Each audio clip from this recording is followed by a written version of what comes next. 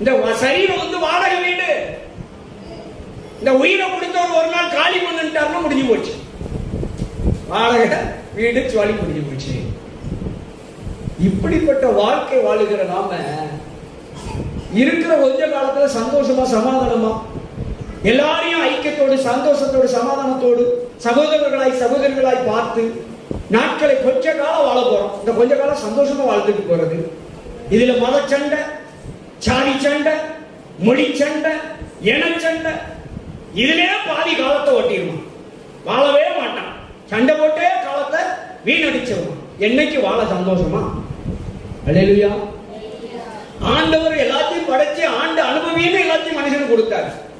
இவன் சாதி சண்டை, மத சண்டை, இனச்சண்டை, மொழி சண்டை போட்டு நாட்களோட வீணடிச்சுட்டாங்க.